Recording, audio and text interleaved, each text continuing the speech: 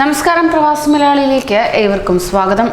ലോകത്തെ ആകെ പിടിച്ചുലച്ച കൊറോണ വൈറസിനെ ചുറ്റിപ്പറ്റി അഭ്യൂഹങ്ങളും വ്യാജ വാർത്തകളും പരന്നുകൊണ്ടിരിക്കുന്ന ഈ സമയത്ത് മദ്യം കഴിച്ചാൽ കൊറോണ പിടിപെടില്ല എന്ന വാർത്തയും വന്നിരുന്നു. ഇതേ തുടർന്ന് മദ്യം കഴിച്ച 27 പേർ മരണമടയുകയുണ്ടായി. മദ്യം കഴിക്കുന്നത് കൊറോണ വൈറസ് രോഗത്തിൽ നിന്ന് സൗഖ്യം കിട്ടാൻ സഹായിക്കുമെന്ന കിംവദന്തി 27 പേരുടെ ജീവൻ എടുക്കുകയുണ്ടായി. ഇറാനിലാണ് സംഭവം നടന്നതായുള്ള വാർത്തകൾ ഇപ്പോൾ പുറത്തേക്ക് വന്നത്. മെഥനോൾ അടങ്ങിയ വ്യാജമദ്യം കഴിച്ച 27 പേർ മരിച്ചതായി IRNA തിങ്കളാഴ്ച റിപ്പോർട്ട് ചെയ്തിരുന്നു. ചൈനയ്ക്ക് പിന്നാലെ കൊറോണ ഏറ്റവും കൂടുതൽ ഭീതി പരത്തിയ രാജ്യമാണ് ഇറാൻ. ഇറ്റലിക്ക് പിന്നാലെയാണ് ഇറാൻ. കൊറോണയെ നേരിടാൻ വ്യാജമദ്യം കഴിച്ച് ഖുസൈസ്ഥാനിൽ ഇതിനോടകം തന്നെ 22 പേർ മരണമടഞ്ഞു. അൽബ്രോസിൽ 5 പേർക്കും ജീവൻ നഷ്ടമായിരിക്കുകയാണ്. ഏതാനും മുസ്ലിമിതര ന്യൂനപക്ഷങ്ങൾക്കിടയിൽ ഒഴികെ രാജ്യവ്യാപകമായി മദ്യം നിരോധിക്കപ്പെട്ട രാജ്യമാണ് ഇറാൻ. വ്യാജമദ്യം കഴിച്ച് 218 പേർ ജുണ്ടിഷ്പൂർ മെഡിക്കൽ യൂണിവേഴ്സിറ്റിയിൽ അഡ്മിറ്റ് ആയിട്ടുണ്ടെന്ന് വക്താവ് പറയുകയും ചെയ്തിരുന്നു. വലിയ അളവിൽ മെത്തനോൾ അടങ്ങിയ മദ്യം കഴിച്ചാൽ അന്ധതയും കരൾ പ്രശ്നങ്ങളും മരണവും വരെ സംഭവിക്കുന്നതായിരിക്കും. ഇറാനിലെ 31 പ്രവിശ്യകളിലാണ് കൊറോണ പടർന്നു പിടിച്ചിരിക്കുന്നത്. 237 പേർ കൊല്ലപ്പെടുകയും ചെയ്തു. 7161 പേർക്ക് രോഗം പിടിപെട്ടു. ഖുസൈസ്ഥാനിൽ മാത്രം ഇതുവരെ 16 പേർ മരണപ്പെട്ടിട്ടുണ്ട്.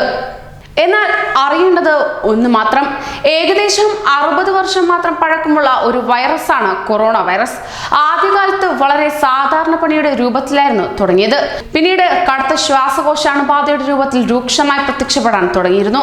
പുതിയ കൊറോണ വൈറസിനെ പ്രതിരോധിക്കാനുള്ള ആന്റിവൈറസ് മരുന്നുകളോ രോഗാണുബാധയ്ക്ക് എതിരായ വാക്സിനുകളോ ഇതുവരെ കണ്ടുപിടിച്ചിട്ടില്ല. ചുമ, പനി, ന്യൂമോണിയ, ശ്വാസതടസ്സം, ഛർദി, വയറിളക്കം തുടങ്ങിയവയാണ് കൊറോണ വൈറസ് ബാധയുടെ ലക്ഷണങ്ങൾ. വൈറസ് ശരീരത്തിനുള്ളിൽ പ്രവേശിച്ചാൽ 14 ദിവസത്തിനുള്ളിൽ രോഗലക്ഷണങ്ങൾ കാണും. സാധാരണ ജലദോഷപ്പനി മുതൽ മാരകമായ സെപ്റ്റിസിമിയ ഷോക്ക് വരെ പുതിയ കൊറോണ വൈറസ് ബാധകർക്ക് ഉണ്ടാവാമെന്നാണ് അധികൃതർ പറയുന്നത്.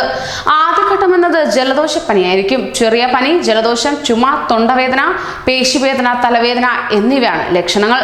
വൈറസ് പ്രവർത്തിച്ചു തുടങ്ങിയാൽ 4 ദിവസം വരെ പനിയും ജലദോഷവും ഉണ്ടാകും. രണ്ടാം ഘട്ടം ന്യൂമോണിയാണ്.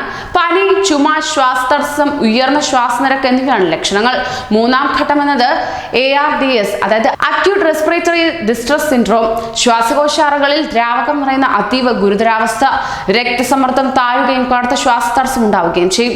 ഉയർന്ന ശ്വാസനിരക്കും അബോധാവസ്ഥയും ഉണ്ടാകാം. നാലാം ഘട്ടം സെപ്റ്റിക് ഷോക്ക്. രക്തസമ്മർദ്ദം ഗുരുതരമായി താഴ്ന്ന് വിവിധ ആന്തരികാവയവങ്ങളുടെ പ്രവർത്തനം സ്തംഭിപ്പിക്കുന്നു. അഞ്ചാം ഘട്ടം സെപ്റ്റിസീമിയ. വൈറസുകൾ രക്തത്തിലൂടെ വിവിധ ആന്തരികാവയവങ്ങളിലെത്തി അവയുടെ പ്രവർത്തനത്തെ തകരാറിലാക്കുന്നു. വൃക്കയുടെയും ഹൃദയത്തിന്റെയും ശ്വാസകോശത്തിന്റെയും പ്രവർത്തനത്തെ സ്തംഭിപ്പിച്ച് അതീവ ഗുരുതരാവസ്ഥയിലെത്തിക്കുന്നു. ഇതിലൂടെ രോഗം പകർന്നു വിധം രോഗി തുമ്മുമ്പോഴും ചുമയ്ക്കുമ്പോഴും പുറത്തേക്ക് വരുന്ന വൈറസിലൂടെയും രോഗിയുടെ ശരീരസ്രവങ്ങൾ പറ്റിപ്പിടിച്ച വസ്തുക്കളിലൂടെയും വളർത്തു മൃഗങ്ങളിലൂടെയും രോഗം പകരാവുന്നതാണ്. കൈകൾ ഇടയ്ക്കിടെ ശുചിയായി കഴുകുക എന്നതാണ് മുൻകരുതൽ. വൈറസ് ബാധിത പ്രദേശങ്ങളിലൂടെ യാത്ര ഒഴിവാക്കുകയും ചെയ്യണം. അനാവശ്യ ആശുപത്രി സന്ദർശനങ്ങൾ ഒഴിവാക്കുക. ഇത്തരത്തിൽ മുൻകരുതൽ എടുക്കുക. വ്യാജ വാർത്തകളിൽ വിശ്വസിക്കാതിരിക്കുക. കൂടുതൽ പ്രവാസി വാർത്തകൾക്കായി ഈ ചാനൽ സബ്സ്ക്രൈബ് ചെയ്യൂ.